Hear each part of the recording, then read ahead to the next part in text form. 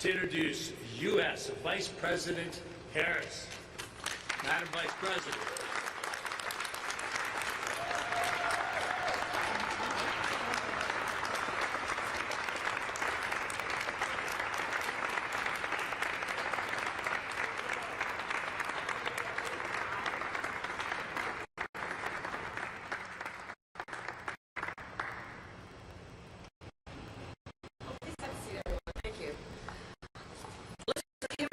Say thank you, in particular to you all and the folks who are doing this here.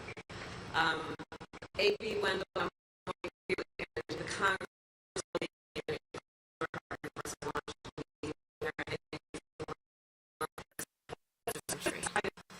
You know, this you know, I think that when we understand who we are, we have to be pride. But I think what we know as Americans is that we cannot rest, and we have a tradition of that. But I think what we know as Americans is that we cannot rest on tradition. We have to constantly be on top of what is happening, what is current, and stand in the future as well as our traditions and the issues that is built in the American economy.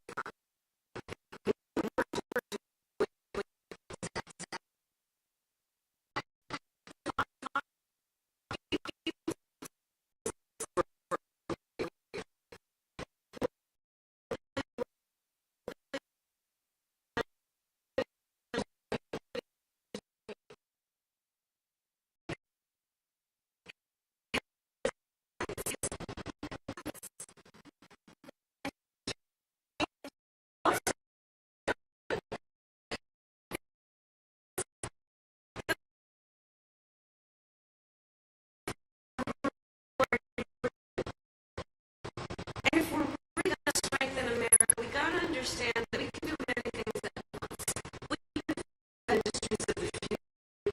Also, look, folks don't have to be a job. That job should be okay that you are able to raise a family. And what you can do right around exemplifies all of that. Let's talk to another fact that you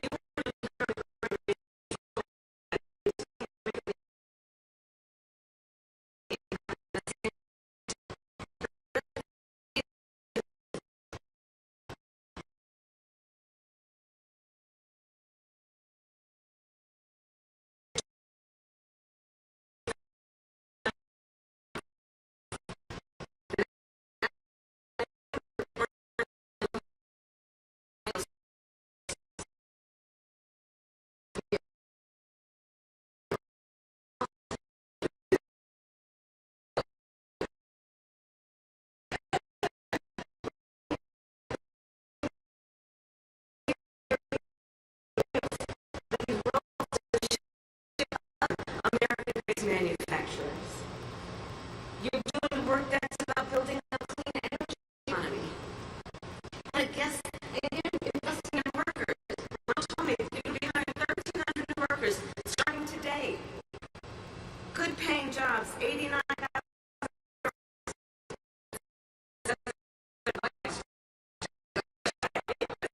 I feel like it's important work. And you're doing it that also makes us so proud. And so I came by, first and foremost, as I said to many of you as we were on this tour, I'm going to be talking about you behind your back. I am. I'm going to be talking about the fact that this is what we can do. And I say this as a very proud, long-standing volunteer librarian of all the poster. I believe in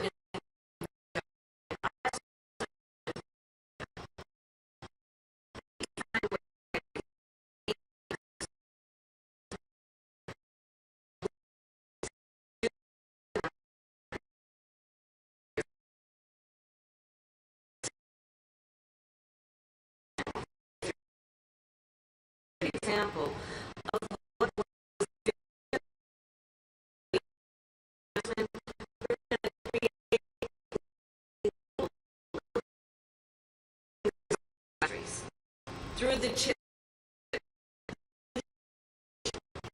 infuse it with billions of dollars, knowing that if we do that, as that old saying comes, if you build it, they will come. And that's when you stepped in, AB and money, and created a facility like this and what's happening across the way that's going to be about hiring folks who, by the way, are doing highly skilled work that are good paying jobs that don't require a college degree. And that's another point of emphasis that bears repeating. I believe that as we think of industries of the future and the future of America's workforce, we need to get in front of this idea that the only high-skilled jobs require a college degree. It's just not true. And in fact, when I become President of the United States, one of the things that I plan on doing immediately, people ask me on day one of the things immediately is to reassess federal